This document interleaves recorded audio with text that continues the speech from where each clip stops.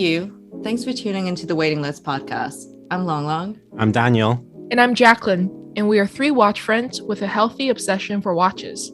So sit back and relax with us while we chat with collectors, industry giants, and share some good vibes.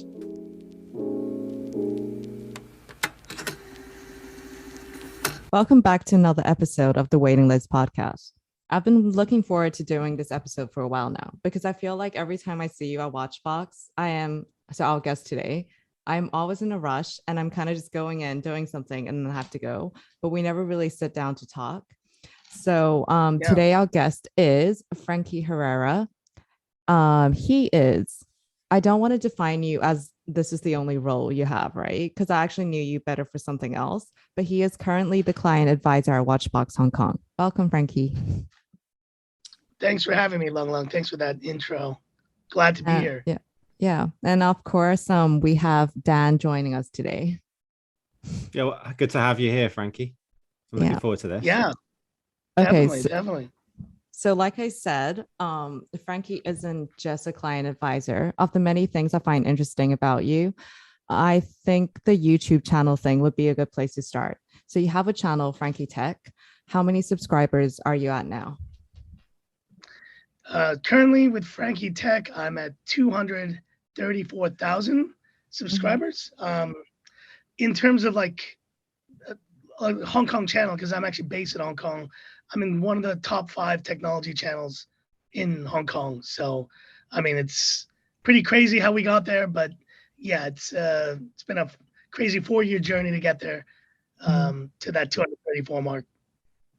I actually have a lot of questions on this. Like, one, do you get recognized on the streets, especially in like Kowloon TST, like where the electronic stuff is?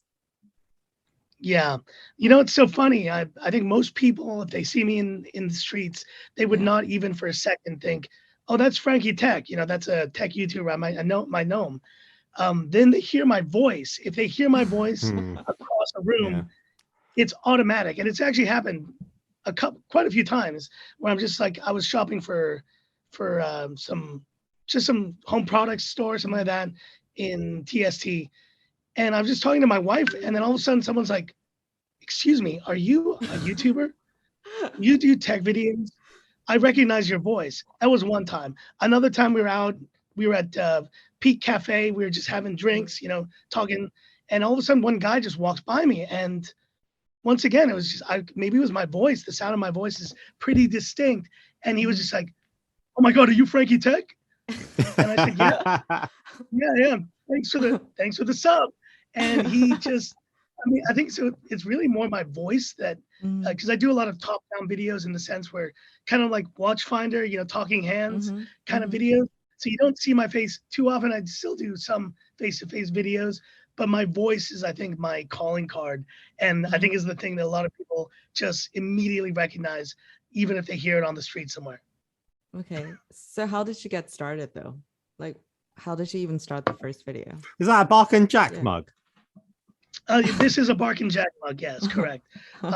It did arrive on time. I heard that they had some, shipping issues, but mine arrived in 2 weeks. Terrific mug. Great for coffee. Yeah. Really? I might talk to Adrian and ask him to send me one. Yeah, definitely. Yeah, it looks kind of good.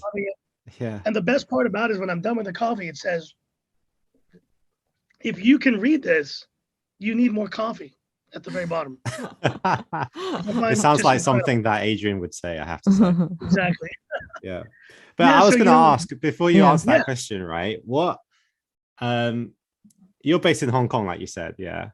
Correct, yeah. With a name like Herrera, where are you from and how did you end up in Hong Kong anyway?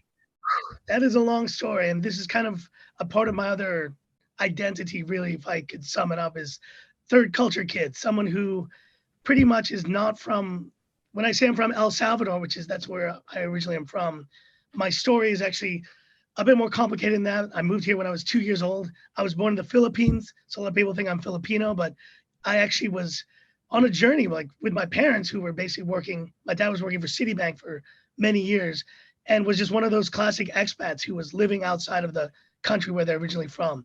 So I moved to Hong Kong when I was 2 years old, lived here in my formative years. I grew up in Jardines Lookout. I don't know if you know where that is, but it's just this random neighborhood in like up from Causeway Bay, and went to HKIS, Hong Kong International School, lived the life of an expat, and pretty much that's kind of how we got to Asia.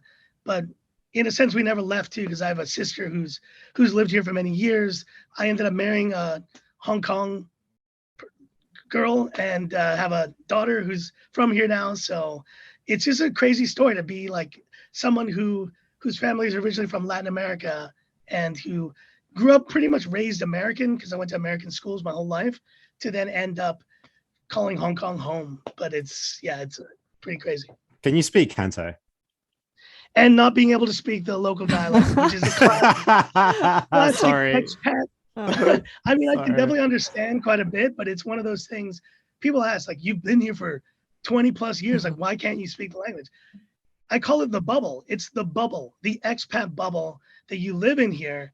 And, you know, all my time growing up until I left university, it wasn't really kind of an expectation. People just like, you know, in fact, people like in school they'd be in trouble for speaking in Cantonese at HKS. Like they wouldn't want people talking. They want people speaking in English. And so I think generally that's why I never learned it. The thing with Hong Kong is that it's so easy, especially if you're on the Hong Kong Island side most of the time, just to get away with English. And there is also that, I think it wouldn't be like ridiculous of me to say, but there is a status thing with being able to speak English as well. Like just operating on the Hong Kong side, dropping English words into Cantonese sentences and just being able to speak fluently in English. You suddenly, people's perception of you somewhat goes a little bit higher, right? Exactly.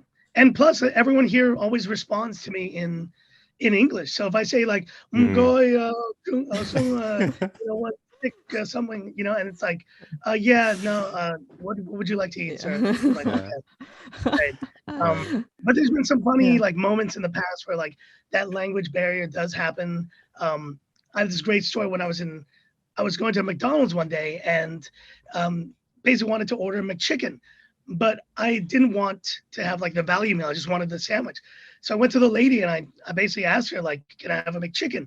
No meal is what I said. No meal, right? Yeah. And she said, no meal? And I said, yeah, no meal. So then she gave me she kind of looked quizzically at me and then just went back, gave me the sandwich, and I left. So I opened the sandwich, I take a bite, and I'm like, something's wrong here.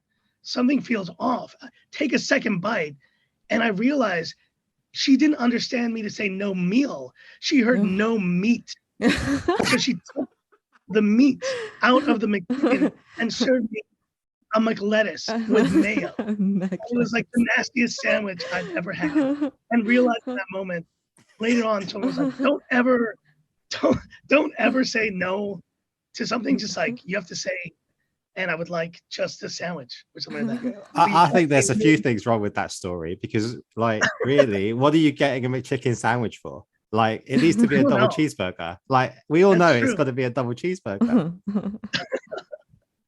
So yeah, you know, barring those kind of language barrier issues, I guess you can get by speaking just English in Hong Kong. And I think that's kind of one of the beauties of it. It's just like this cosmopolitan global capital. And like, it's just kind of cool to be able to call this place home for so many years. I've been here a long time. And related to the YouTube channel, it was just a passion for tech. I've always been into phones and technology and all that stuff. And I think my friends just got tired of it. One day they told me, you know, you should just do something with this because you're always talking about phones. And so one day I bought a phone from the usual locations in Mong Kok. Sham Shui Po, I think, is where I actually started my channel. And I decided to film a video. And it was on this random phone from Xiaomi. Xiaomi is a Chinese phone maker. And it's pretty good value for what it is. And it got like, 400 views, nothing too crazy. But then that evening I went and filmed another video and that got like 5,000 views. And then the next day I filmed again, it got 10,000 views. And it just was like this moment of like, oh my gosh, like this is happening. And I just started from there, it's and now people crazy. Recognize your voice. You should see it when people recognize Long Long. Like every time she tells me, I just like fall down in a fit. She thinks I'm being very harsh, Yeah, but I just cannot not find that funny. Okay, Like, but just okay. I always tell Dan this when you say something like, "Oh, 400 people watched you," you think it's not a big deal. But if you got 400 people to sit in an auditorium to yeah, watch you speak on stage, that's a big deal, right? So to get Yeah. 400 people to sit there at home and listen to you, it just seems really random. And exactly. Just to find a yeah, space to fit like thousands of people. When we talk about the queues for people getting tested for COVID, that's literally thousands of mm-hmm, people, right? mm-hmm, And people listening or watching your videos.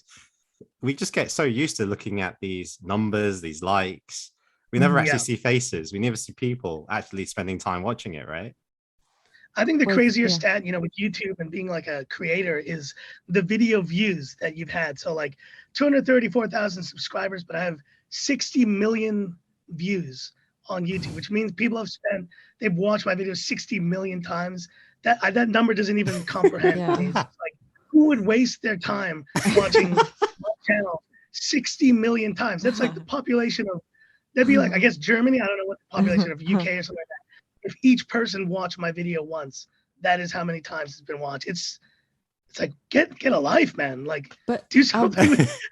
we always have this conversation, right? Yeah, About like, okay, yeah. it gets to, but at what point do you feel like, yeah, of course they should watch my video? Like when are you ever going to get to that point? I think it's definitely like, and YouTube channels, they go through a lot of different eras, I kind of say, because sometimes you're growing very quickly, sometimes you're growing a bit slower. Like I'd say right now, my my growth has been a bit slower because I just have not been outputting as many videos as I used to when I was doing it full time. And I think you can probably recognize this Lung Lung as a personality. When you drop a post, if you stop doing that for a little bit, or if you kind of get out of your rhythm, then that will kind of, people will start asking, oh, where did she go? Oh my gosh, like, what happened to you, kind of thing. Mm. And I used to post probably 30 plus videos per month. I'm down to like 9 or 10 now. And that's kind of already a lot for me, but I think there's definitely expectation in your audience, especially when you are, starting to build that bigger audience. And so if you start deviating from that, then people start maybe looking towards other options. And also, certain things are cyclical. So like in the case of watches, what I find fascinating is that, Watches and Wonders just happened. There was a lot of interest in those releases, but then there are quiet periods too. It's the same with technology. The iPhone release is huge. The Samsung release, other big releases. And then other times of the year, it's a bit slower. So you just have to manage that expectation.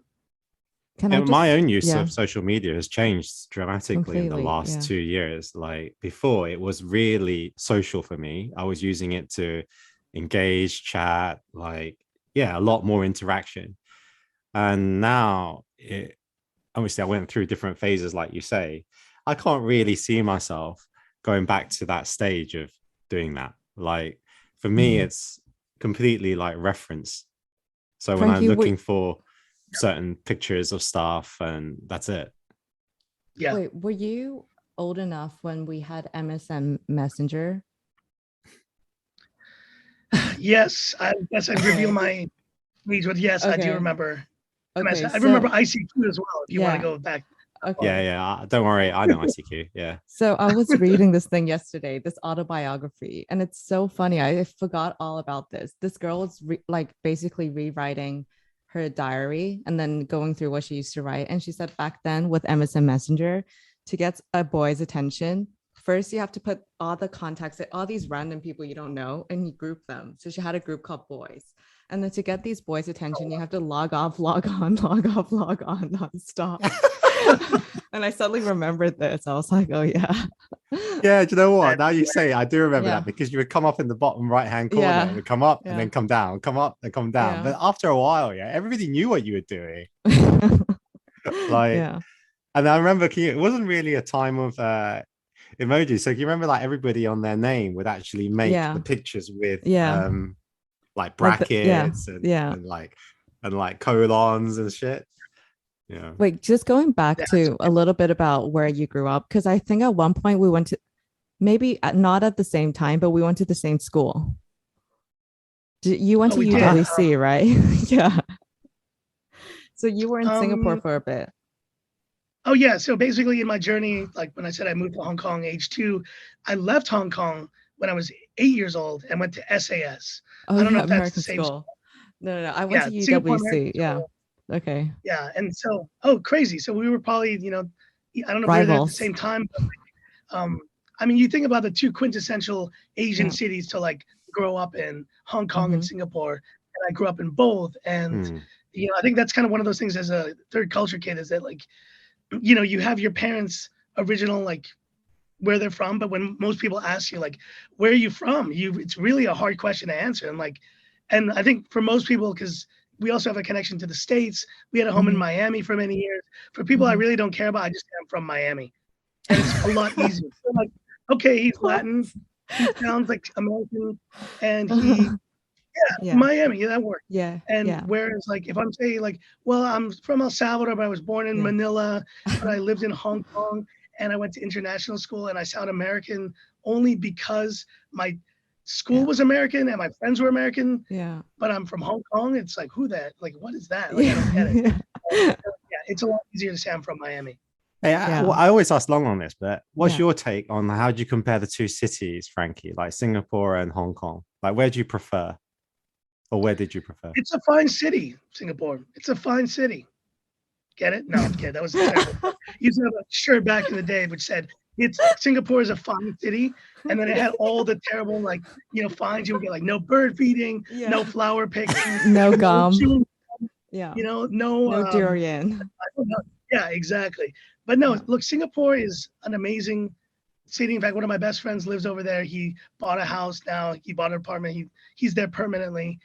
I think for kids, it definitely was a lot of fun. I was there when I was in Mm. 4th grade, and it's just one of those great places. You go to the zoo, you go to like the night safari, Mhm. Sentosa Island, like all this great stuff. I think now I definitely, having been in Hong Kong for these past few years in lockdowns and COVID and all that, Singapore is looking very appealing right now. Like it's just looking like a great place to be like, okay, maybe if we wanted to go somewhere, we'd go there. But at the same time, I think it's the same deal that a lot of people say, the energy level, the vibrancy of the city, everything feels a little bit more done up, just like I mean, Hong Kong, it's gone through a lot of changes, obviously, in the last couple of years. And whatever you think about that, though, but like the city itself is just so unique in the way it is. Like kind of like New York, where it's like Mhm. people say Singapore is like Boston. I Mhm. don't know if people have you've heard that comparison. It's like, and Boston's kind of like the sleepier city. It's like I'm Mhm. sorry about that. Boston's the sleepier town. That's kind of what Mhm. Singapore reminds me of.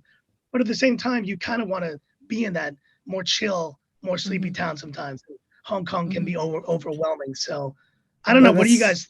let's just talk about that a little bit because right now Hong Kong is experiencing well, from what I'm reading in the media, a brain drain, and there's lots of expats leaving, and because of the environment of Hong Kong right now not being that livable or so-called livable.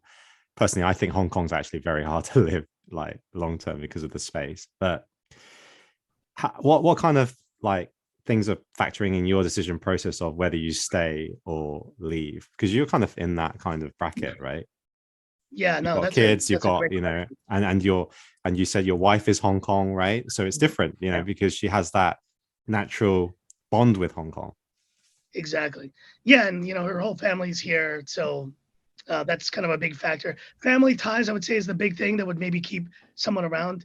But at the same time, I'm kind of like my dad, because my dad, like when he made the decision to go from Latin America or Miami, and they gave him the option. You have two options: Philippines or Chile, and that would have changed our lives completely. If I would have been a Mhm. Chilean dude, that would have been completely crazy. But like, I mean, in the end, he chose the Philippines, and that completely changed the trajectory of our lives. Same with here. Like, I love this place, and it's been an amazing time living here for like the last 10 years again.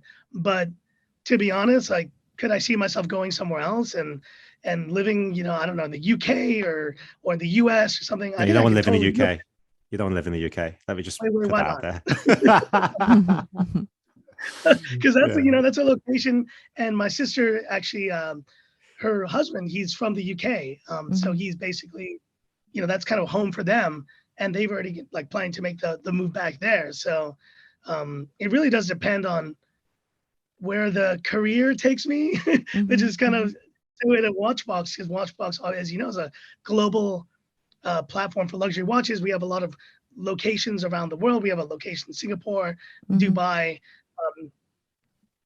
Philly. It's like Singapore, Dubai, Switzerland, and Philadelphia.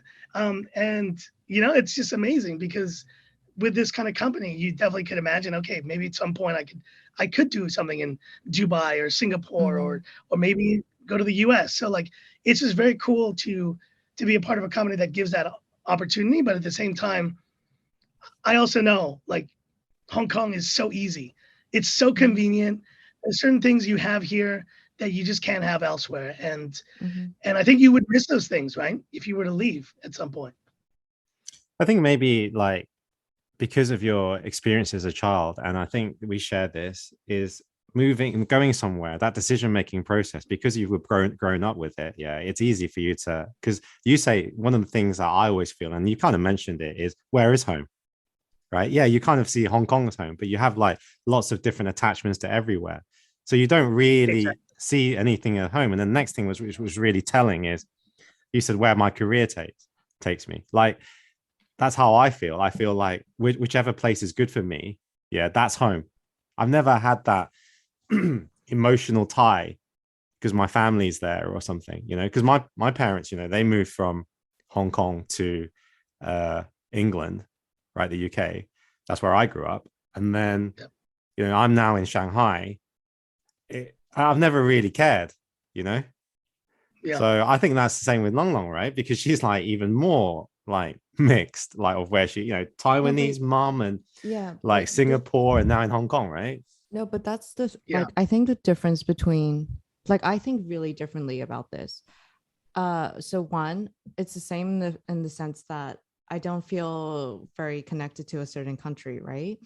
But I always think, okay, if you have enough money to live well, right, you can actually set up a life easily in any country because you literally go there and you go, okay, nicest house, whatever, right? But the standard of living is just really different. So with the same amount of money in Hong Kong or Singapore, I think I've mentioned this before, like Singapore, you walk out and of course it's really man-made. The trees are all planted and planned, like where the trees are, everything.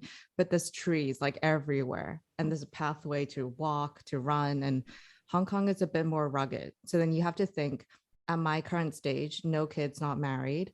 My career definitely will come first. So I'll just be like, okay, whatever. There's good energy here. I like it here. But long term, do I think it's like healthy for me? Mentally, I don't think so. I really don't think. Are you talking about Hong Kong? Yeah, Hong Kong. I really don't think so. And I was talking to my friend recently about this. It's like you can curate a kind of life where you don't have to be exposed to all these things like luxury goods and whatever. You can just like go into the mountains, right? But then how long can you do that for? Like, whereas if you live in, say, mountains in Switzerland, you walk out and your lifestyle is just very different. And I really like that. But this is all very, this is all in theory. Yeah, I think and I think, that's also like, you always talk about Hong Kong, the contrast, like you go to the south side, it's like mountains, you can do all that. And it's great to have that. Like if Hong Kong didn't have that, I don't think people would ever want to consider being here, right? But at the same time, there is kind of a culture, right, to work here, to just like, the whole fast pace of everything here. It's pretty intense. And like the space thing, of course, that's like, you think about what you could get in the US. Like I have a buddy in Houston. He's just like, he does decent job, whatever. And he's got like a 3,000 square foot home. He's like, oh, we got a pool now. And I'm just like, what? Like that's insane. But like, I mean, it's a kind of lifestyle that you live here and you accept it, but you also know, my parents are back in El Salvador and they live in a nice big home overlooking the city, and there's like grass and we have trees. We have like a home in the mountains. We have a little coffee farm that we do like our organic coffee. And, they live that life. If I was over there, that's what I'd be living. And I'd probably have like an extra 7,000 square feet to kind of roam around in, like that's actual space. But of course it's in El Salvador, which is like, okay, is that really where I want to live? It's improved a lot, but it's still, there are challenges compared to like safety and this kind of thing. So, I mean, it's a give and take, but at the same time, to be able to have that flexibility, I guess, is important to decide, okay, one day yeah, maybe we'll make a move. Maybe I'm kind of done with Hong Kong, and maybe you'll go to Switzerland or something. Is that where you'd go? I don't know. And if we could choose a place to live anywhere in the world, that's tough. I really thought about this recently. I really, really thought about it. And I thought, how would it feel to be an Asian in London? Okay, just imagine you had the best of everything, like highest security, good housing, everything. But would you want to live in like London as an Asian London's right now? pretty good. I mean, London, yeah, I miss London. Seems easy, right? To be honest, I'd love to be in London. I love London. I do really like London, but I'm not sure again I could go back and live there, you know. I think with Hong Kong, you're right. If you're there for your career and you enjoy that hustle and bustle, right? Yeah, you can do a few years there. But I don't think once you start thinking of a family, it's not livable, really. I don't believe it is. Like, first of all, the education, the facilities, what you would get there, and the price of it. Yeah, it's just like the value. Like, what are you getting? Like, the place for sure is getting ridiculous. Like the prices of like an apartment there for what you can get elsewhere. You do mention a good point that is so small, and you can go on a beach and go into a mountain very, very quickly. Yeah, like it's all within your reach. Yeah. But is that a big enough pool? Hong Kong a few years ago, before this COVID period, there's also like a crap ton of people, man, like everywhere. You can't go anywhere. And now everybody's thinking the same thing. You know, Hong Kong's so stressful. I'm going to go on a walk. You go on a hike and there's like full loads of people, right? Like you're dodging people. If you go, I'm sure when you're going running long, you're dodging people, right? Like if you're Not around at all. Hey, I'm running those like, okay, no, I'm just kidding. I was going to say I'm running those like high level runs. No, I'm not. I mean, I think about those trail runners who decide I'm going to go to Dragon's Back on Sunday at 2 p.m. Like, good luck, because I mean, exactly. There's some trails in Hong Kong that are just like, how would you even consider them as a trail run now? Because they are just so packed. Like maybe you can go to Bowen Road, maybe you can run around the peak, but even then you're like dodging baby carriages and like and like strollers and like random people, you know. So it's packed here, and obviously people are sick and tired of being, you know, stuck inside, so they want to get out. So I get it. Okay, I just want to Tim, say, you go for the difficult ones. Go for the difficult ones because then people have less effort. You know the one I went to recently, the one I said called Suicide Cliff, where you're actually holding onto ropes to get down like a piece of rock. Yeah. Oh, wow. I was like, why is this a lot of people? So everyone's just waiting for you, and they're just like staring at you to go faster, but you're like, I'm about to die. Like, no. No. Okay, let me bring it. Go ahead. I want to bring it back a bit to Violet Hill, the Twins, like 1,000 Steps. Those are tough. Some people don't like those because they're a bit challenging. But generally, avoid the easy ones because that's where everyone else is. All right. So I want to go back to tech stuff. Of all the things that you have reviewed, what are some of the standout stuff that we should probably look at? Yeah. So, you know, I think I'll preface by saying the majority of like the tech I've reviewed has generally been mobile tech, so smartphones. That was kind of what my fascination was. Ever since the original iPhone was launched, you know, in 2007, you know, Steve Jobs came out, and like the iPhone was just this iconic piece of technology. And even early on in my like tech interest, it was always about phones. But of course, you don't just have Apple, you have Android. And it's kind of funny because I use an iPhone on the daily, but I also carry around Android phones. And I have, for example, here, the Galaxy S22 Ultra. I just picked this up yesterday.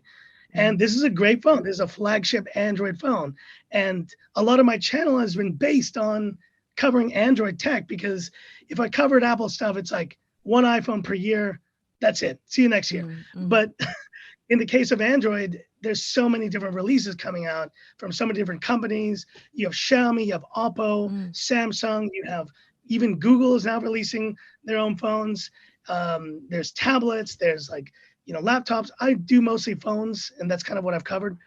But generally speaking, I would say smartphones have plateaued for sure. And this is kind of the year I'd say, if you had a phone from maybe 2-3 years ago, you're not really going to tell that much of a difference between Mm, this latest version right here and yeah. if you had like an S20 or something from 2 years back. And I think in a way that's kind of why I got interested in watches, because I was covering tech so much. And yes, it's still the main focus of Frankie Tech, my main channel, but at the same time, you know, things do get a bit stale. And I feel like the phone market is kind of going through one of those periods where, do you really need to upgrade your iPhone every single year? Like, do you really need to do that? I don't know if you really do at this point. Back in the day with iPhone 3G, 3GS, 4, 4S, those days were the same because they were like new improvements every year that were like legit, like FaceTime. Imagine they added FaceTime front cameras for the first time ever on a phone. That's a big update. You know what I mean? And so I'd say there's still great tech out there. Like I would totally recommend this phone, the S22 Ultra, any of Google's Pixel phones, they're amazing. And of course the iPhone 13 Pro Max, that's my main daily phone that I use. I film a lot of my channel actually with this phone because the cameras are just amazing. So those would be my recommendations. But at the same time, things have gone a bit stale, I'd say, over the past. Yeah, I'm using an iPhone 10, right? But There I you go. will be getting the iPhone 14 this year, like because I don't know, the battery's a bit shit and like I fucked up the camera and shit like that. Like, so I do need a new phone. Like, but I'm definitely gonna get the iPhone 14. Yeah. Are you not? Yeah, Gonna but I was get gonna any ask, other why brands? did you even start? Like, I know you said like you were talking about this, like talking about phones a lot, so you did the YouTube channel. But what is it to you now? Because you said you did X amount of videos, and now you've come down to videos. Like, what do you get out of the channel? Is it just like so somebody can hear you talk about phones, or what is the motivation No, behind it? it's super interesting because if you had asked me this like a year back, my interest in tech was like my only interest. And this is kind of where watches come into it because a year ago I didn't care about watches. And so I was all into tech. I was like reading all the, tech blogs. I was like, I'm on Twitter, so I'm always talking, engaging with the audience there. And with tech, it's like there's new phone releases every week. You can just be sure of it. Like there's going to be some phone in China from Xiaomi, Vivo, Oppo, OnePlus, these companies that are released. And so there's always something looking forward to. But at the same time, at least for me now with the watch interest, it's kind of created this situation for me where I'm like, I love tech and I still want to engage with my tech audience. But at the same time, I'm super into watches now. So what did I do? I created a second channel actually. And I have a Frankie Watch channel, very small, only 820 subscribers, but it's kind of my venue to be able to share my passion for watches. And I'm not saying that the tech is I'm done with tech or anything like that, because I work with companies. I'm an ambassador with Oppo at the moment. They send me their latest flagship to review. So like I still am very much interconnected with like the whole tech side of things. And when a new iPhone's released, I'll buy it, I'll review it. There's certain things I will just do. But at the same time, yeah, it's kind of hard to keep that interest going, especially when you get another interest as crazy as watches that I've been into for the past year. It's funny how you talk about phones, and they're basically what you're saying is that there's incremental improvements on the hardware. So you feel like it's plateaued because nothing really is making it worth it to get the next phone. But you do watches and things haven't changed for the last 100 years. Right? There is some irony in the fact that like I'm like, okay, this CPU, they only upgraded like they only did one upgrade, or like, oh, the camera's like only slightly better. Okay, well, let's go to this movement that Rolex has been using for 20 years. Yeah. Yeah, they've only changed like the Niverox hairspring, like or something like that, right? Like that's the Paracom hairspring or something. That's the only thing they've done. Yeah. Yeah, they've changed the bezel to ceramic. Yeah. Oh, they've on the latest Destro, they put the crown on the other side. And no, it's just so funny because you would think I would want to be into an even more cutting edge thing, and yet I ended up going for something that you could argue is even more you can say stale. Some people might even say the watch industry is stale, but for me it was such a refreshing change of pace where it was like more about the design. And I actually studied architecture in school. I'm a I went to University of Notre Dame in the US, and I did architecture, 5-year program. And so design has always been a part of my interest. And there's a little bit more to that in watches, I guess, just like when you talk about colors, you talk about like design, dial design, all this kind of stuff. And it's just a different range of interest for me than just, yes, movements are important, but like it's not everything, right? So, and a lot of people also get into watches for there's the investment side, there's the, you know, being able to buy something that enjoy something that goes up 200%, you know, it happens. So How did you get yeah. into watches though? Like from that being so immersed in tech? Yeah, so that's kind of the other kind of the second half, and where WatchBox comes into and all this is last May, I basically was just kind of perusing the latest online auction for Bonhams. And the crazy thing is that there's been watches surrounding my life. My entire life has always revolved around them, but I've never personally been into them. My dad used to be CEO of Ball Watch back in the 90s for US. And so we always had Ball watches. I have a bunch of old Ball watches from like the 90s that I just have in a box here. And my sister got into the watch industry. She became a specialist at Sotheby's. And then she met my brother-in-law, who's he's actually one of the top, he was one of the top auctioneers at Christie's and Sotheby's, and they've always been in that auction world. So I went to auctions even like in 2015, 2018, like I bought a Patek Philippe pocket watch, and remember in 2018 for the first time, but it wasn't really like an interest. And so for some reason, in May of last year, I was looking through some of the next auction that was coming up, and I don't know where it was, but I saw this photo of these Rolex OPs.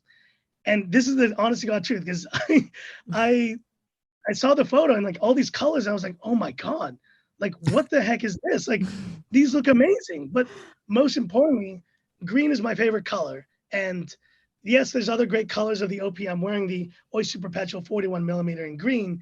And when I saw that watch, it just like triggered something. I don't know what, but I said, I have to learn more about this. So like, I just did a little bit of research. I started watching a video or two.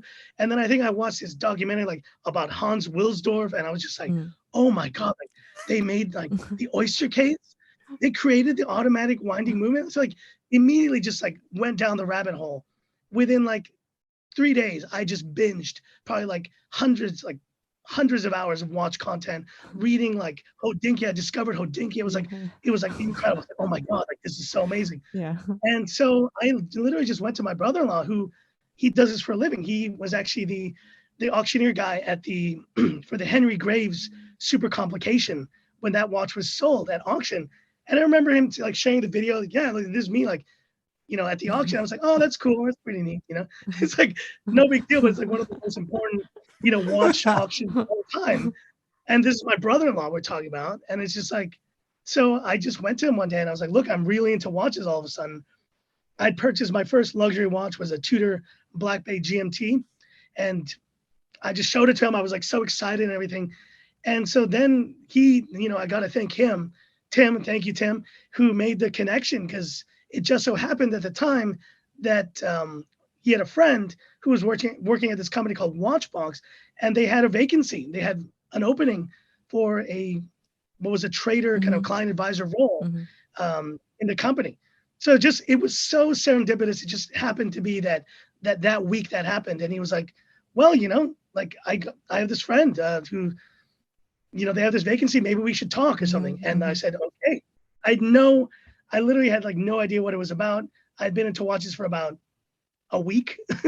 And I, you know, just like, it all happened so fast. And within like a couple months time, I'm now at WatchBox, and now I'm like dealing with like timepieces, learning all about it. And it's one of those rare moments in life where your passion and your career like just line up.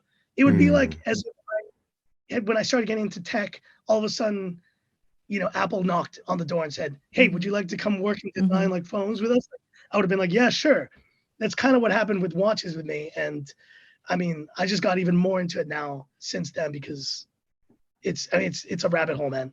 I love is. it. Yeah. I love it how when you first get into watches, right, and suddenly a Submariner design case, like the case and the dial, the actual watch itself, suddenly makes sense to you. You know, Yes. like why is this bracelet suddenly get bigger? Like you never know, right? But then you think, oh, okay, why is it black? And why has it got loom? What is this? Why is the bezel only going one direction? Like suddenly I love how it just suddenly internets. Oh, that's why, right? And then you think like, oh my God. Yeah. Yeah. No, I mean, and it was like, yeah. No, I wanted to say, I think this is the thing that I found really fascinating about you. Like watches was always somewhere in your life, but it kind of went like full circle. So finally you were like the last person in the whole family to be like, oh, okay, like now I'm starting.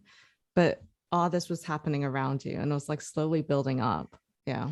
Yeah, I find it funny as well where you say like, yeah, I got a Patek pocket watch, right? And that wasn't enough to get you into watches, but like a colored OP, yeah, like ignited you. Like what? Like it's how so is funny that? And it's so funny because I've been around watches for, like I said, my whole life. I was given like a ball watch when I was like 14. It's like an automatic movement, and I was always kind of into them, like I said, but it was never just like something that clicked. It was just, they were cool. I'd be like, okay, great. I have my graduation watch, which is beautiful Juvenia sextant. It's got like the protractor ruler kind of on the dial. I actually got it right here, and this was my graduation watch from high school, and I was just like, it's like one of it's a limited edition, number 16, gold. It's like one of those gold watches I have, and I was just like, great, I'll wear it. I'd enjoy it. It's like, but it never made me go down the rabbit hole. So yeah, it's so fitting that like the most hyped and completely overrated release probably the last couple of years, which was the colored OPs, was the one to do it. And so when I finally picked this up in August of last year, I joined WatchBox already, but like it was crazy to think, okay, I'm going to spend, at that time was like a little over double of the retail. This is like a 46,000 Hong Kong dollar watch. I bought it for around like 78, thinking I'm insane. Like, this is crazy. Like, what am I doing? To be able to spend that much on one product just like blew my mind. I could not fathom it. And now it's like, oh yeah, it's cool. Like it's like you rationalize things differently. What would have been an expensive tech product before, it's like now it's cheap compared to like a watch. But then at the same time, this watch has done pretty well in the past 6 months, and so there's that side of it.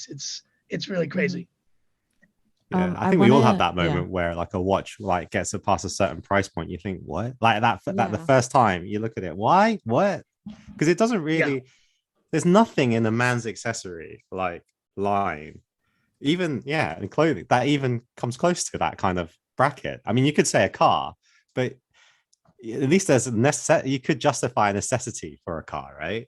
That functional necessity. Exactly. And there's more to it, right? Because like a car is like, okay, that's like $300,000, right? But like, look at all that metal. Look at that leather. Look at that fine Italian leather. Look at that dash, man. Someone was like, polishing that dash. There's a computer. There's like a big display in this thing. Like you can drive it. It weighs a ton. Like you're getting quite a bit of volume, of something, when you buy a car. And yet at the same time, cars depreciate, right? And it's like, oh my God, I spent like $500,000 US dollars on a car. It'll like be depreciated in 10 years. Is going to be worth nothing. Whereas like a watch, it's just like this crazy thing. It's so small, and yet, this is really where like the whole market has just gone nuts on is this idea that they're so transferable, they're so easy to collect. For Hong Kong, it's like for a Hong Kong-based collector, it is the ultimate thing, because like you literally can have a room full of these, and no one needs to know about it. And it's funny because we do have collectors. We have amazing collections of Journes, and I've seen all these amazing watches, but you would never know it because, they're just watches. They all fit in a little box like that. And whereas cars like take up space, right? So it's insane. Where are you now? Like you obviously went through that binge of like 6 months ago, getting your first watch, and then like binging loads of watch content, learning about the stories. I guess that then translates to the history of brands and the history of pieces. But where does your interest now? Because there's so many. You're talking about the money side, the investment side. Which piques your interest right now? That's a great question. I would say, just from the watch journey, of course, getting into like Rolex, all the kind of the Tudor as kind of one of the more affordable brands. But I'd say my tastes are definitely changing already. Like I'm still probably in the diver, getting into like subs and this kind of thing. I'm still a Rolex fanboy for sure. I love what they do. But at the same time, I'm seeing these other timepieces. And obviously one of our strengths at WatchBox is that we're really into the independents. And, just getting more into the history of these independents, the players within that very small space. It's, I think, probably going to be the next phase of my interest. So like you're looking at, FP Journe, or you're looking at Debetun, you're looking at, Moser, you're looking at Voutilainen, you're looking at Gronfeld, like all of these little guys, all these like small guys that no one cared about for years, right? Like no one cared about Journe. In fact, like I talked to my brother-in-law Tim, he's like, yeah, I've met Journe. I met Francois Paul like numerous times. Like he was just some guy just walking around before. Like these guys are now like rock stars of the watch world. And it's just so fitting that like I'm working with a company, WatchBox, where we kind of, I guess they saw that coming, or they were into that before a lot of people were into that. And so I think, yeah, I can't say that I'm going to be affording a Journe anytime soon, but it's one of those watch fans where I haven't even gone there yet. And it's kind of exciting to know that there are brands, that there are, just companies, histories that you can get into that you haven't even gotten into yet. So yeah, I think that's probably going to be the future for me. But for now, I'm still in my Rolex, AP, my tutors. Like I really like this Pro Pilot X that was just launched by Oris at Watches and Wonders. I put in like an order for that. I'm still, I'm kind of just getting into it. I believe that I can't confirm this, but roughly we interviewed someone called Zoe who used to work at WatchBox, and then she left. So my theory is like you took Zoe's spot, right? And when we interviewed Zoe, we had asked her, obviously not to name people, but if there were any funny and like just incidents and stuff that happened with like customers. Do you have anything funny to share? I mean, in terms of like, so my role specifically, I'm a client advisor. So I actually help people with their watch buying decisions. So like I'm actually, buying watches from people if they want to like sell them off, to then, being able to sell watches to people if they're interested in them. Kind of early on in my career, obviously. So I've definitely done a bit of both already though. But probably one of the craziest situations I've had so far is dealing with like fakes. And it does happen because like, we fully authenticate all the watches that we buy, as WatchBox, but there are just some people who really do think that it's like even someone with as limited experience as I will be able to not be able to tell the difference between like a fake Rolex and a real one. And there's just some out there that are just so hilariously bad that you like, I think the first couple of months I started like having this almost like being proud of being able to be like, yeah, that's fake. That's totally fake. Or like, the dial, just like the Rolex is like twice as big, or like, the lugs are like curved, or like, there's like a fake spring bar. You're just like, that's fake. Like, absolutely. But at the time, I remember I was buying this AP. It was actually an AP Safari offshore. And it was from this guy. I'm not going to name names, obviously, or anything, but like they wanted to sell the watch to me. And there was no box. The watch, something looked off with the watch. And most of us in the team, we were all like taking bets, like it's going to be fake. It's like, oh no, it's some of us said it was real, like, but then some of us said it was fake. So we actually delivered, the watch was delivered from the location. I think it was like in Indonesia somewhere, but it was delivered to our boutique. And we were taking a look at it. When the watch finally arrived, we could not actually tell, like, because it looked so real, but it could also be a fake because there was no documentation. There was something weird about the movement, as if the movement had been opened up or something. And it was just insane. So like, finally, eventually, we had our team look at it, our watchmakers and everything, and they determined it was real. And like, like 90% of us were like, we were certain that it was fake. It had to be fake. And this watch was real. And it was like, wow. Well, you look at that, now it's gotten a complete overhaul and everything. But it's just one of those crazy things because, watches go on crazy journeys. And apparently this guy, he had bought a Bumblebee AP, you know what that is, right? But he was stolen, but then he had the box for the Bumblebee, but not for the Safari. So he sent the bot for the Safari, but he also had the manual for the Bumblebee. But we bought, I don't know, it was just a weird thing. And I guess like dealing with fakes is one of those things I've found pretty hilarious, pretty crazy.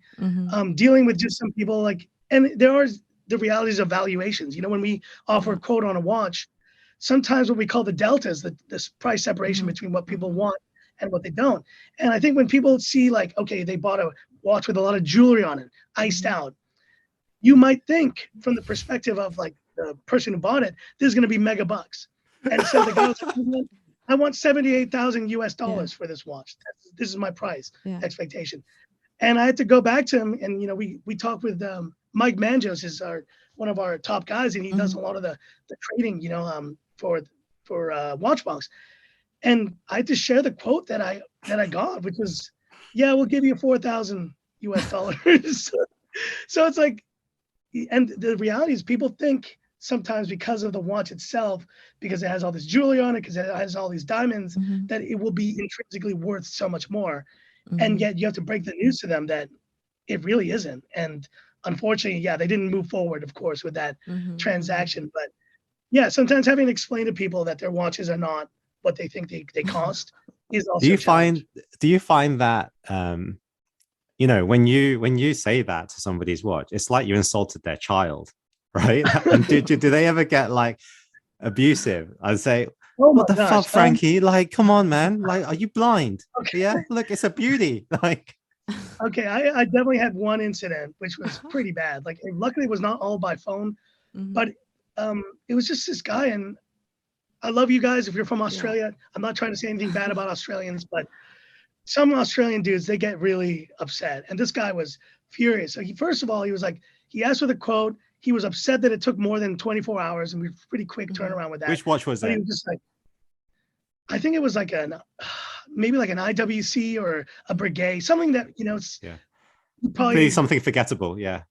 Well, something that, like, let's say wouldn't hold its value as well as, let's say, a Rolex, something like that. Yeah. Right. But I offered him the quote, and he was just like this is and you can believe this out. He's like, this is a fucking outrage. Like, who the fuck do you think you are? Like, you know, you're a piece of you piece of crap. Like, he said all this in an email, and you know, we obviously have to just deal with it. So I said, like, apologies if, you know, if the price wasn't, the quote wasn't, you know, to your, you know, acceptable to you, but you know, due to market conditions, but you know, we have an explanation. It was the truth, but he was just so angry.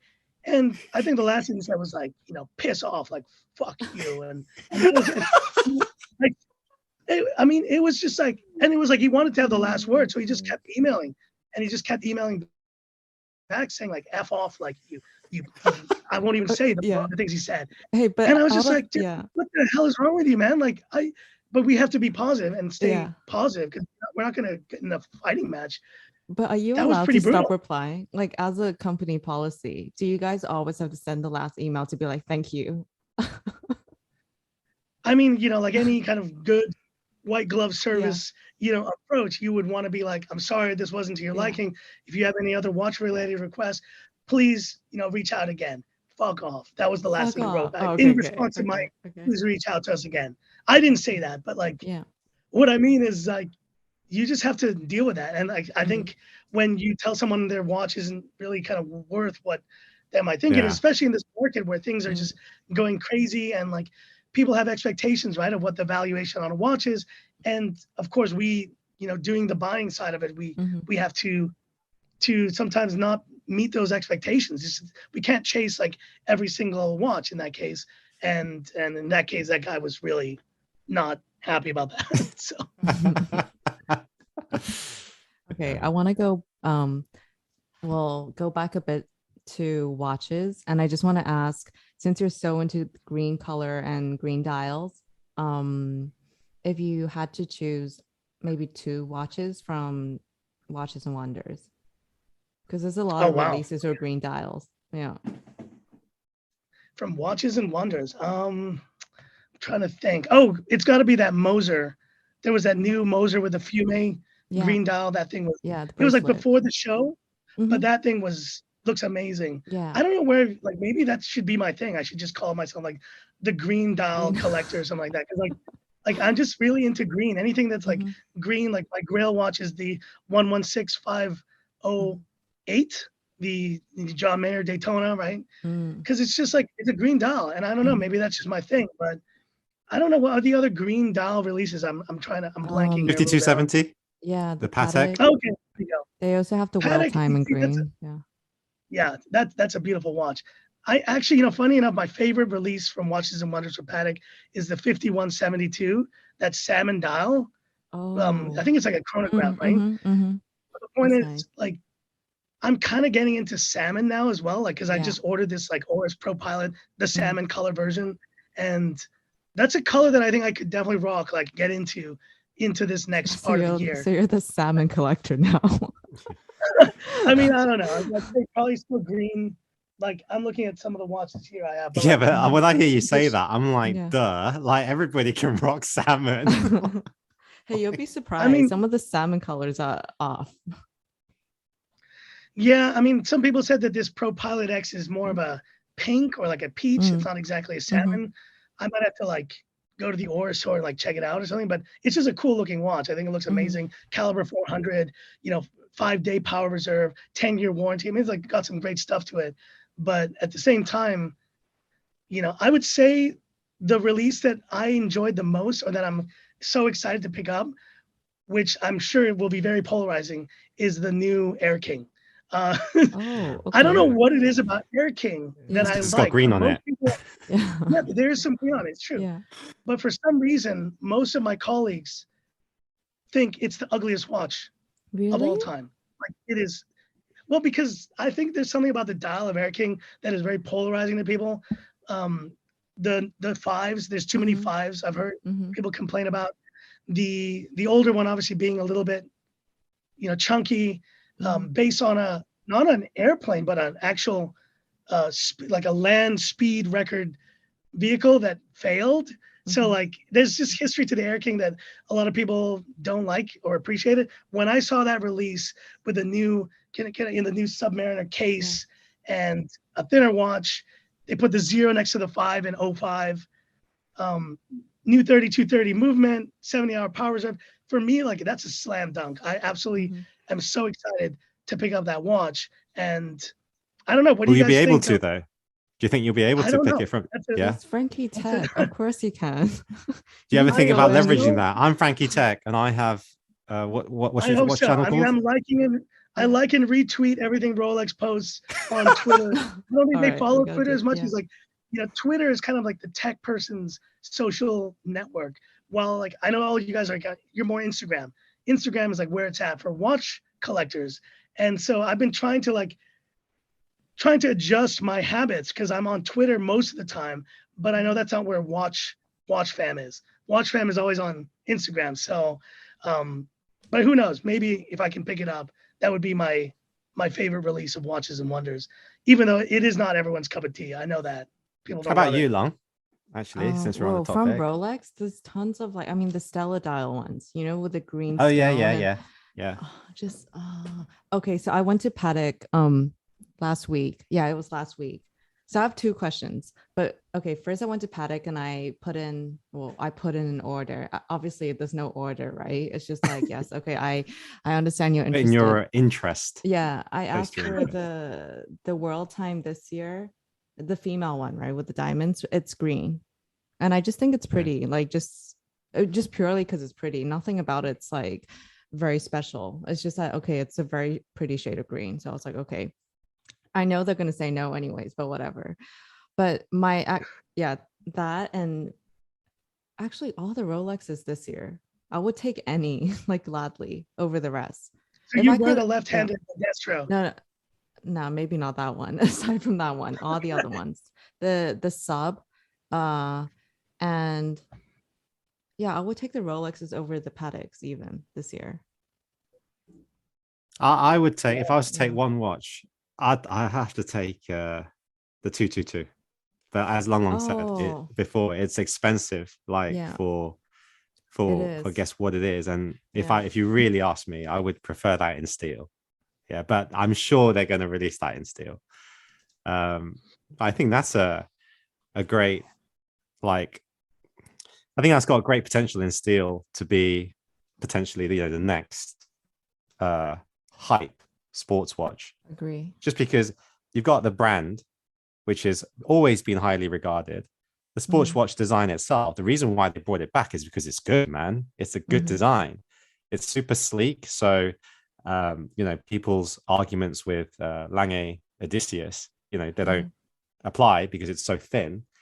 And then it's also got that heritage behind it, that history behind it. So if they play their cards right, they could really hype that piece up. What And I think JLC at the time with the 222, right? JLC, that movement was part of Vacheron or something like that. I read something like that. So actually, that's more in-house and more than because they were all using the same movement. Yeah, the 222, the 15202, and the Nautilus, right? So, but actually, the most in-house one is the Vacheron. Okay, so what I actually want to know is when you walk into a store, I'm struggling because I'm not even sure what to say to the people.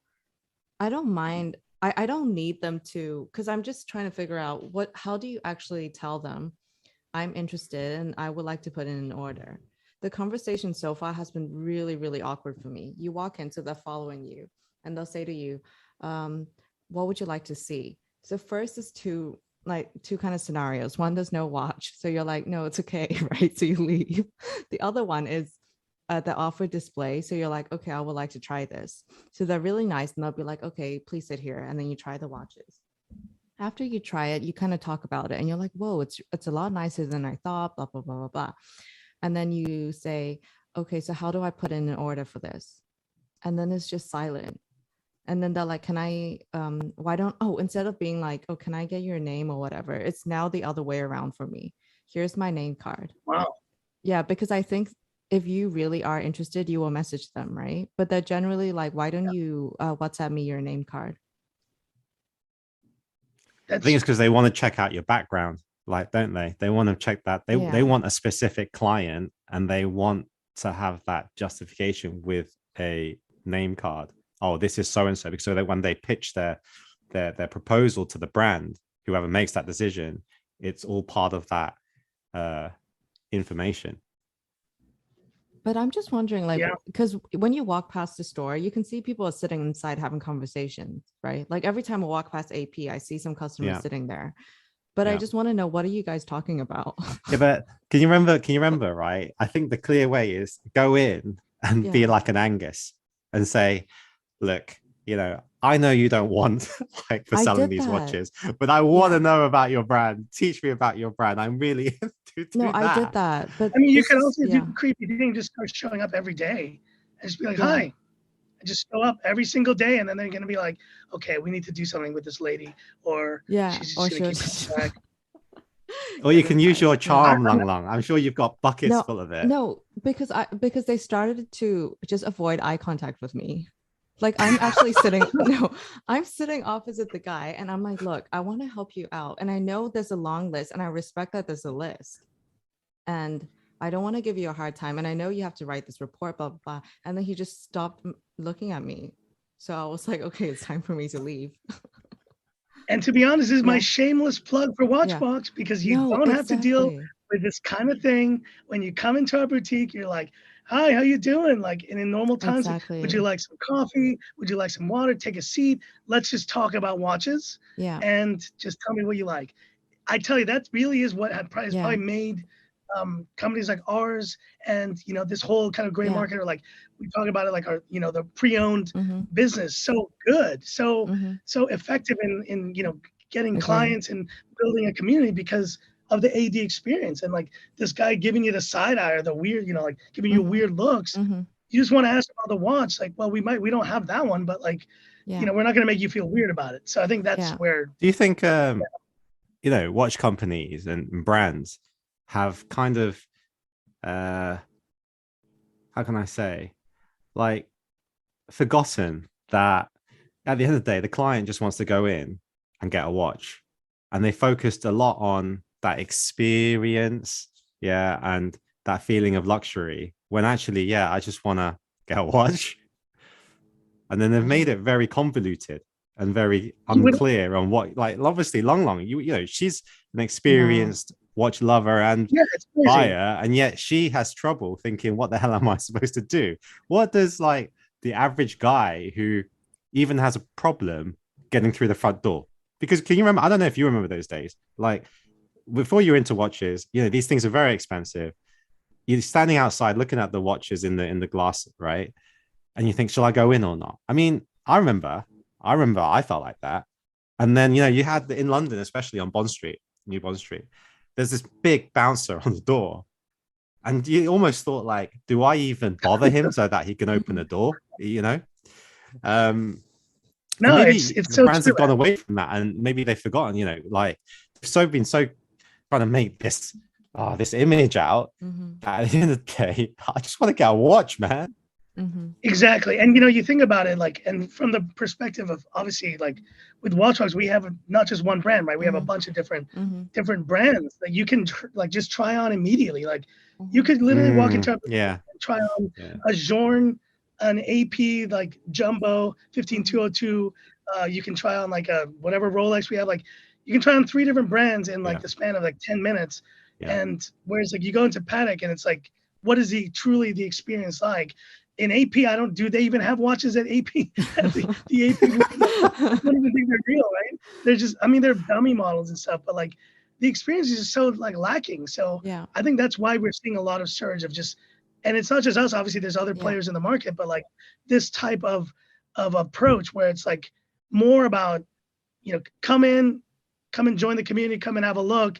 And it's welcoming, it's inviting, different brands represented. We can even buy the watch, you know, we can, you know, if there's a watch of interest here, if there's not something that's here, you know, it's on our platform, you can take a look on the website and just send me a WhatsApp. Just be in touch that way.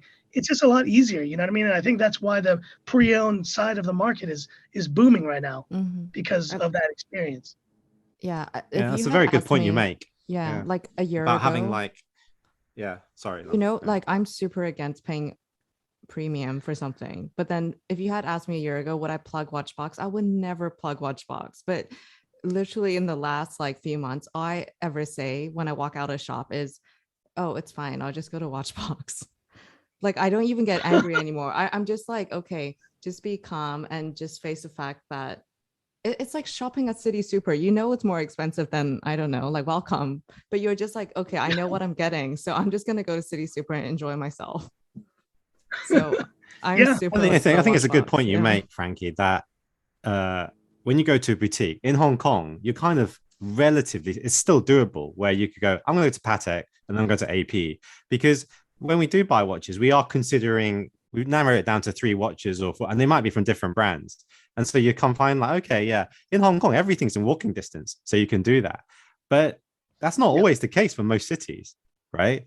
But in WatchBox, you can actually, go, and if you have like some Journes there, you know, I can enjoy those. But then I can just flip and go to an AP or a Rolex or a Patek or even some independents like Laurent Ferrier or something, if you have that in the back. And there's just so many, right, that you can talk about. And I personally think is like the position you're in. When you're in a boutique, you realize that they've received their training for the boutique, but I'm not always sure that they really know watches. Like they know the market. Like they would know, okay, if he's looking for that, he might be interested in that piece, right? Because some collectors think the same. You know, most collectors in their life will have thought Nautilus or Rolex. I mean, everybody knows that. I'm not saying like the watch sales people in brands, they don't know that, because that's a very, very obvious example, right? But there are other situations where if you're really watches and in touch and you're feeling them every day across the brands, you have a knowledge that isn't so confined and niche to just your brand. And because you know, also because you're in contact with the market prices, you know what you could get for X amount of money, while a brand would never, even if they knew, they wouldn't tell you, right?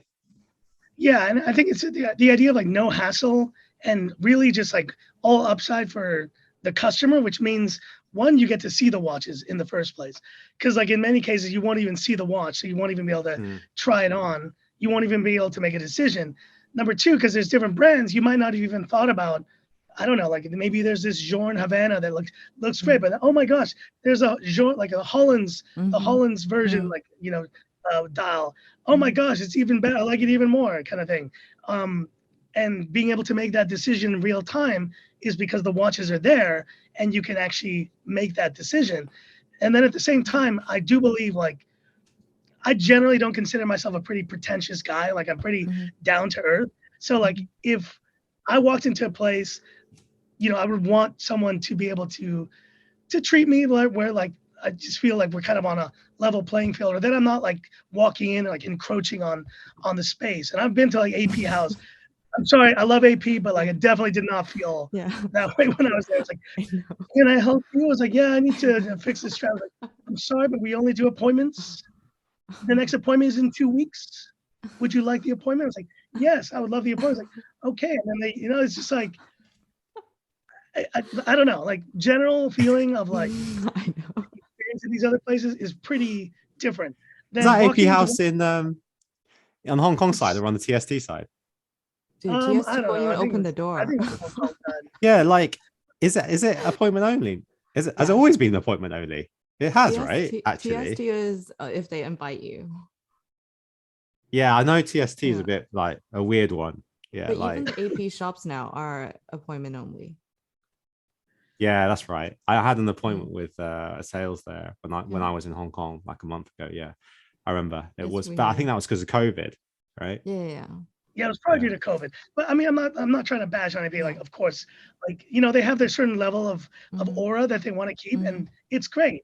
But at the same time, what I appreciate about WatchBox is that it's just so much more approachable. I mean, if someone like me, because I just think I find myself a very like goofy, a bit crazy guy, if I can be in a place like that, talk about watches to someone, share that passion, and have like no level of pretentiousness to it, but just be cool about it. But at the same time, still show you these amazing watches. And when you ask the price, it is, it is really market pricing. We're not going to be like, well, retail is this, but we're not going to tell you what the price is like, because no, that's our whole business is pre-owned, is determined by kind of market pricing. So if you really want it, this is what you're going to pay, but ultimately it's going to be a very hassle-free experience. It's going to be 2 million Hong Kong dollars, but if you want, but I like that. You're right, that openness and that frankness, because you find that the sales and brands, right, they have that awkward moment of, okay, yeah, do you know what? I want to sell you the watch, but essentially I need you to bundle. I need to get this watch, and you need to get that watch. I need you to spend X amount of money, but they feel so awkward, like bringing that topic up. Right. And it's like, well, it's clearly like that.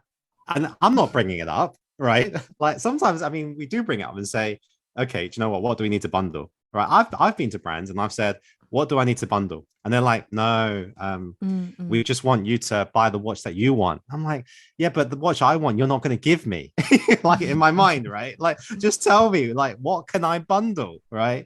And it's like, but you would never like this watch and you never like that watch. And I'm like, are you telling me all the people that buy your watches, like, all those VIPs that buy the watches, they love every single piece and they're not doing it so that they can get the piece they want? Are you really telling me that? Yeah, I mean, it's all such a hassle, right? So I think that's what we pride ourselves in. It's like hassle-free. It's like, I hope it's a good experience, pretentiousness free, and just tell me what you want. I'll tell you the price. If we have it, done. Like, and it really should be that simple when it comes to watches and getting to try them on. Obviously in the US, we do a lot of shipping because, sometimes people, they're more used to that. But in Hong Kong, as you know, the culture is really to like be go to a place, see the watch, experience it, try it on, and people value that. And so that's why the boutique has been such an integral part, I think, of the success of WatchBox, at least in Hong Kong or in Asia. And I mean, that's the point, is that we actually have the watch and you can try it on. Yeah. And also you go there and your decision is so clear. And I keep harping back to this, but I just feel that maybe brands maybe could improve on this, where, like, you clearly know that the client doesn't need all that luxury feeling, because at the end they just want the watch. When I go into a boutique, I don't want that, because I want the watch. If you put me through that and dine or like treat me to a coffee and spend time with me, but in the end you don't give me the watch, I'm like, I don't feel better because you did that. I feel like, God, You know, like what an effort. And I didn't get the watch. Like what? That's how I feel. Yeah. I think at this point it's just I'm not even gonna try and like whine about it. It's just like, okay, let's just go to watch. And when they say like, do you want a Box. coffee? It's like, oh, right, that's at least half an No, hour. I actually just say no. Yeah, exactly. Yeah, Right. You like don't no you know water, that no coffee's coming in. coffee. Yeah, it's gonna be half an hour. At least a bottle of Yeah. water you could take with you. Right. But I feel bad if I leave the cup of coffee and it's like half drunk. Yeah. Yeah. okay, let's move on to quick fire. So quick answers. All right. 10 questions. Okay, to tell the Okay. time, hand phone or mechanical watch? You know, it's weird because can I say both? Yes, I am double wristing. It's weird. I really made it a point to check my mechanical watch these days, and I'm pretty good at it. I'm wearing it on the right wrist, but at the same time, this might be sacrilege. I use my iPhone to set my mechanical watches. Oh yeah. So basically, yeah. I mean, you do that too. Okay. And here's a little hint, because like some people didn't realize this. When you're on your iPhone, if you see the clock widget, the actual like image itself, it's an actual clock with the seconds. Yeah. And so I don't actually use the time here. I use the actual clock, and I match the actual second to the second of the virtual clock on my. It's a lot of effort. Yeah, that's a lot. I know, I'm weird like that. I'm weird like that. But yeah, quick response would be mechanical. Yes, mechanical. Okay. Working alone or working in a team? Oh, working in a team, like hands down. And having done the full-time YouTuber game, I did it for well over a year from my previous role. It's fun. It's amazing to do work from home and that stuff. It can get lonely. It can get lonely when you're just like doing videos, creating content, and doing it by yourself. So I got to say the last 6-7 months, the time at WatchBox, team has been amazing. I got to love the team. It's awesome. Okay. Hey, favorite favorite watch brand? Favorite watch brand? I'm going to have to say Rolex for now. Yeah, I had a feeling you were going to say that. Yeah, because let's face it, it's the only one that I can legitimately like afford at this point. And I'm sure I'll love Journey and Patek and all these wonderful brands. Hey, sorry, Journey. Sorry, Francois. Right, that goes into the title. Yeah, Journey. I will appreciate I will appreciate these brands in the future. But yeah, it's a great journey with Journey. That's their next. Sorry, guys, that was bad. That's their next tagline. There you go. Okay, Swatch or Omega? Can I just say also, no, I don't have the Moon Swatch. And every day that passes that I get declined an offer of 3,000 or 4,000 Hong Kong dollars on Carousel, I hate it even more. So I will say resoundingly Omega. Moon Watch, I have one for a bit. I will have one against it. So you know what? I actually have a Moon Watch, and I'm thinking I'd love to get the strap just to put on the Moon Watch, right? You mean when people are like, is that the Moon Swatch? You'd be like, yes, it is. It's a limited edition metallic stainless steel version. Did you hear? Like, oh my God. Favorite movie? That's such a troll. Favorite movie? Oh man. You know, I gotta put like these two way up there. Star Wars Episode 4, New Hope is up there. I love Citizen Kane for some reason, one of the greatest movies of all time. I love that movie. But I would probably have to say Back to the Future is probably my favorite movie of all time. It's just I'm in that zone with that movie. The entire trilogy, Back to the Future. Okay. 100%. Dream, this is a bit hard. Dream 6 watch collection. If you could get these watches for free. Yeah. For free. Okay, here we go. Let's go for the 116508, the Jean Mayer Daytona. I knew it. Yeah. Grail, right? Daytona green dial. Then let's go for the 1266. It's the green dial Daytona, isn't it? Green dial Daytona with yellow gold. Is that one, right? Yeah. Okay. Green dial Daytona, the new Kermit. Okay. Whatever the sub. Let's go for the. Right. I love the variation here. Yeah. You know what? I about- really yeah. do love the new gold, moonshine gold Omega Speedmaster, the one with the Okay. green Yeah. dial. I would go for that. AP, I would have to get an AP in there. Mm-hmm. I'd probably go for let's just go fun. Let's go white dial, 16202. Do they have a white dial or is it silver dial? I forget. No. But just one of the new No. new Okay. jumbos, 39 Okay. millimeter. Okay. Sure. And then let's put a Jorn in there because Okay. WatchBox. I Yeah. gotta represent. Let's get the Jade. Oh, come I'm on. trying to That's remember which. Like the dial You know which was, one I'm talking about? yeah, I think someone posted it recently. That there's jade on the dial. Yeah, it's the Jade down. I mean, oh gosh, is it the centigraph? I'm gonna shoot myself. It is. I think it's the centigraph. Anyways, Jade dial. Oh no, Tourbillon. It's a Jade dial Tourbillon. Jorn, right? Okay. Sorry if I got that wrong. I'm probably not gonna. I'm gonna be fired for that one. But anyways, one Jorn in there. And last but not least, let's go for a G-Shock. Because you need every collection needs a beater watch.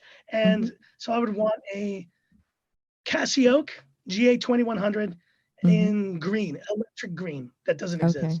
Okay. I'm in two minds whether to get the John Mayer G-Shock, the first one. Yeah, because I don't know, it just keeps coming back to me from time to time, and I just think, I really like it. Yeah, and the 6900 Casio G-Shock it's just like iconic G-Shock, right? Along with the 5600. The 5600 right now is being like demoted to be my shower watch because I take cold showers now and I use it to time my cold showers, right? So I don't spend any longer than I need. But then I think, yeah, you know what? Like, but the thing I'm thinking, would I wear it? So I'm in two minds. I might get it. I'll see. Like, I'm in two minds. The last thing I want to do is get another watch and not wear it. So, but no, go for it, man. Famous person, dead or alive, you would love to meet. That is a tough one. Since I've given the whole tech passion and everything, and I know he was a total jerk in life, but I would want to bring Steve Jobs back. Okay. And go and have some sushi with Steve Jobs. That's what I would do. Okay, that's specific. Okay. I know that was a bit too specific, but I'd bring my iPhone 2G, which I have somewhere there, the original iPhone, and I'd meet Steve Jobs. Yeah. Okay. Last photo that you took with your iPhone or with any phone. Last photo that I took with my iPhone is this. It is a Rolex Datejust blue dial. One of the roles in WatchBox, when we're sending watches out, we have to inspect the watches, make sure that they're doing okay. And this is when I get to do my kind of fun trying on random different watches that I would never ever be able to use. This was one of them, but I've seen some pretty cool watches. Blue Datejust. Nice. Nicely shot. Yeah. Okay. So first place you want to travel to after COVID, or when you can travel? Well, funny enough, we already booked our flights to Switzerland for my sister's wedding. She's getting married in July. So that'll be the first place I actually will be going. Never been. Super excited. Flying to Zurich and stuff. But if I had to go to one place like tomorrow, I would go back to my home country, El Salvador, and I'd go see my parents again because I haven't seen them in coming up to 3 years, which is pretty messed up. And I would go straight to El Salvador through LA. Okay. Pick up some In-N-Out burger on the way. Last thing you do before you sleep, before bed. Last thing I do before bed. Recently, I've been really into this watch, the Tudor Pelagos FXD. And this thing is seriously incredible. Like, it's one of the most comfortable watches I have ever owned. I wear this to sleep. And so what I do before I go to bed every night, I take my little, where is it? I have it somewhere. I take my little flashlight and I loom up this watch and I wear it to bed. That is so nerdy. That is so nerdy, but I love how cute that is. Yeah. Like, And then I the loomed wife this is up long, just long. and like, As a girl, if a guy did that, like you're dating this guy and a guy, but "Oh, wait a minute, I need to put my Pelagos on and I need to shine the loom on it. Yeah. Would that be attractively geeky or would that be time for exit? out of the house. no, yeah, I could like it's like that book I posted. The wife just cries herself to sleep. So she just turns around and she's like crying. Oh man, that's embarrassing. All right. But That's I think all. there's a few Yeah. things. Yeah, there's a Yeah. few things before we finish off. Like, Yeah. um, I went to Hong Kong. Not many people know that I went to Hong Kong around Chinese New Year, and I went there to see my father. Who I haven't seen for 2 years, right? And at the time, Hong Kong wasn't in the best situation. It was just on the peak before it actually just went bad. And Shanghai was very, very safe back then. And they were saying like, "Oh, why are you going?" It's like, don't go. But then in my mind, I was thinking, if I don't go, I don't know when I will be able to go, right? And it will be 3 years. And your parents and the relationships with your parents, as they get older, they become more important. And if you actually look back and you say, you know what, I didn't go because of COVID, I don't think that really stands up. You know what I mean? Like, Yeah, you can't really totally stand up. So I think for those people that have been thinking about it, I've done it. And by the way, I came back to Shanghai on 24th of February and I've been quarantining since. And now we're in, what is it? The 12th of April. So that's 40, 50 days of quarantine. And I would still do it. If I knew that going in, I would have still done it just to see my dad. Like, so that's another thing. That's one thing. And the second thing about my favorite movie that I wanted to get in, which was Long, have you seen Shawshank Redemption yet? No. Oh yeah, that's so all the listeners, just bombard her like DM and say, have you seen Shawshank Redemption yet? Can you make sure you see that? Because it is unacceptable. It is unacceptable not to have watched that movie. And then my final thing that I want to end on is, sorry, it's a bit of a diatribe here, but is you're from the tech background, you're now into watches, right? You double wrist, you have your iWatch on there, right? I've never been an iWatch guy. Ironically, I'm wearing an iWatch now. This is the first gen one, right? I got given as a gift. But do you see the popularity of the iWatch going up, right? More and more so, because from my own experience, and I'm only talking about myself, I kind of mentioned it about social media, how personally I'm pretty fatigued from it. So I'll only go on it if I'm looking for specifically for something and I know what I'm looking for, right? So I just want to see the pics of something that I may purchase later. And Apple has just released, or not just released, they released that new update of their iOS, where actually no tracking and stuff like that, but also you've got more profiles to limit the distraction of how much your phone can be to you, right? So I'm not getting these, they're really on it with the notifications and shutting things and giving you a summary of things like that. But if you wear an iWatch, you can quickly glance without having that attachment to your phone, right? And still maintain what you're doing. And it's even less of a distraction, right? So do you see potentially, I think Apple have done their homework, obviously listen to or know that consumer behavior is changing, question whether the phone itself is actually a good thing or a bad thing, and probably made that decision. Otherwise, because they've kind of screwed Facebook and all these other social media sites with that. So do you see the popularity of the iWatch potentially becoming more prominent? You know what's amazing about the Apple Watch, right? People call it iWatch, but Apple Watch. Is that this watch actually this kind of reignited me wearing watches again. Back in 2015 when it was launched, I was first at the Apple store that day. I'll never forget it. And I picked up a stainless steel with a sapphire crystal version. And I've been wearing an Apple Watch since then. 7 years now, crazy to believe.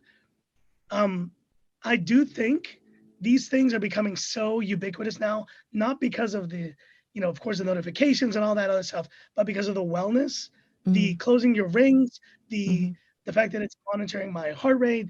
It'll eventually monitor like blood sugar for people with, diabetes, like all these different things. It is such an important tool that despite even getting into watches as much as I've gotten into them, I'm still wearing this on the other wrist. And I remember the first day I walked in there, Josh, I'm gonna put him on the gonna say what he said. He was like, that's a fireable offense for wearing this watch, which I thought was hilarious because it was like, how dare you wear this like sacrilegious thing? But the point is, it is such an important tool, and every year that it's just gotten more and more powerful. This has the same CPU capabilities of an iPhone 6 at this point in this tiny little thing. And I think what I really would love to see is for Apple to release a maybe smaller version of this, almost like a fitness band version. So then watch lovers out there, we don't have to feel weird about wearing a wearable. This is essentially a wearable on the other wrist. If they slimmed it down, I think that thing would sell like hotcakes. And for all the watch collectors, all the watch, the actual mechanical watch lovers out there, I think that would be an instant purchase, right? Lunglen, would you buy like definitely an Apple Watch band like that would just look a bit less conspicuous, just a little bit more more accessorizable, right? Yeah exactly. Different bands, just slimmer. I think if they do that, and there is rumors that they may release something like that. They've had patents for like a Apple band, Apple kind of fitness band kind of thing. That would sell like hotcakes. I would totally buy that. But for now, I tell you, I think Apple Watch really did reignite interest in watches in general again, to just like a regular consumer audience. And I think the watch collecting world really does have the Apple Watch to thank for reigniting that interest. So can I ask a follow-on question actually now? Because so this is the first one, right? And I want to get another one. I want to get a proper one. But so I've been looking at them, and the Apple Watch 5 came with a ceramic case. Like there's a white ceramic and a black ceramic. So I looked at that, and the price of that is not cheap. Like it's actually quite high. Like it's like about like 10,000. 10,000 Hong Kong dollars, right? But if you get the latest one, it's like I don't know, 3,000, 3,000. You can pick it up. What should I do? Because in tech, you're built to think I should get the latest one. But as a watch guy, you think that's made out of ceramic. It looks really cool, great material. I would say with like tech, and I think this is really the reality of tech, is that these things last forever. These things don't. And these things, like having the latest one is the best thing you can do to be able to get like the latest software updates, to be able to have like a fully functioning good battery. Just generally speaking, I would, as much as I love ceramic, I would save the ceramic for, some other watch or some other like piece of tech. And I would just get the basic, you don't need anything more. The basic 41 or 45 millimeter Apple Watch Series 7 is the current one. Just get the basic one on a rubber strap like this. That's all you need, man. Do you ever think that the ceramic will ever go up? Because it's obviously 10K now. Do you think ceramic. It's collectible? No. Yeah. Oh, you've got it. You've got the ceramic. I have the ceramic, and then I also bought just the one before the newest one. That's a 6 then. Yeah. So what I realized was I bought the ceramic to wear to work, right? So it made a lot of sense. But then afterwards, I realized when you go running with it, you're constantly being like, okay, I have to bring it into the shower to wash it.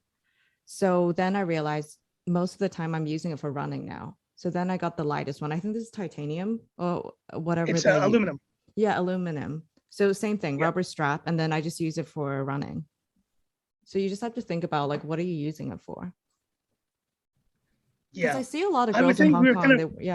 They wear the expensive one. Yeah, we kind of passed the point of like, we kind of passed the point too with Apple Watch. I think, the first generation, they had even the gold one. Remember the gold Apple Watch? Yeah. It was like 150,000 Hong Kong dollars. It was like some crazy amount. And they only did that for 1 year because in the end, people started realizing, even getting the regular Apple Watch with the sapphire crystal, it's a nice to have. This is completely scratched up. But for working out, this entry-level version is the lightest version. Number 2, because it's aluminum and because it's, this construction, the vibrations on the standard entry-level Apple Watch, they ring more. It vibrates better on your wrist than the stainless steel version. And ultimately, it's the cheapest one, Yeah, the eye on the glass gets scratched completely scratched up. But because it's the lowest cost one, it also justifies being able to upgrade every single year easier. Do you need to And upgrade it every single year? Yes, I No, truly, I mean, yeah. you can. I mean, I haven't Yeah. upgraded mine in 2 years. I will probably upgrade to the Series 8 when it comes out in September, and that'll be the one to get for sure. Okay, so Long, you're an advocate of like for the Apple Watch to I'll get the just latest buy- one yeah. every time. So just Yeah, get the cheapest one for that year potentially. Yeah, because I really use it like every single day to work out. I shower with it. I do everything with it. Yeah, I mean, I've been Yeah. wearing it every day because I'm like keeping track of my steps, Mhm. right? And I wear it when I generally don't like wearing anything on my wrist when I work out, but I've been really okay wearing this. So, but I'm thinking of getting the latest one. Okay, that really clears it up for me.